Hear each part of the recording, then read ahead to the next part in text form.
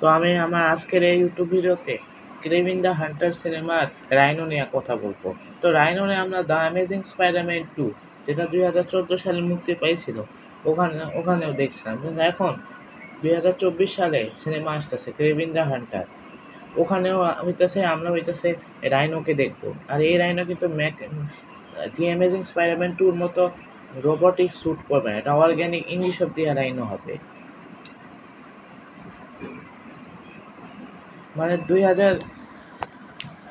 2012 সালে the amazing Spiderman movie আসছিল না, ওই সিনেমা একটা গেমও আসছিল, ওই গেমে যে রাইনো দেখতে পাচ্ছিলাম অ্যামেজিং স্পাইডারম্যান 2-তে আমরা ওরকম রাইনো দেখতে পাচ্ছিলাম না। তবে মানুষরা বলছিল যে ওই গেমে যেরকম রাইনো দেখতে পাচ্ছে অ্যামেজিং স্পাইডারম্যান 2-তেও আমরা যদি ওই রকমই রাইনো দেখতে পাই। আর সোনি কিন্তু 10 বছর পর বেটি চোখ সালাদ টু দিয়ে এখন হইতাছে ওই রকম রাইনো নিয়ে আসতেছে।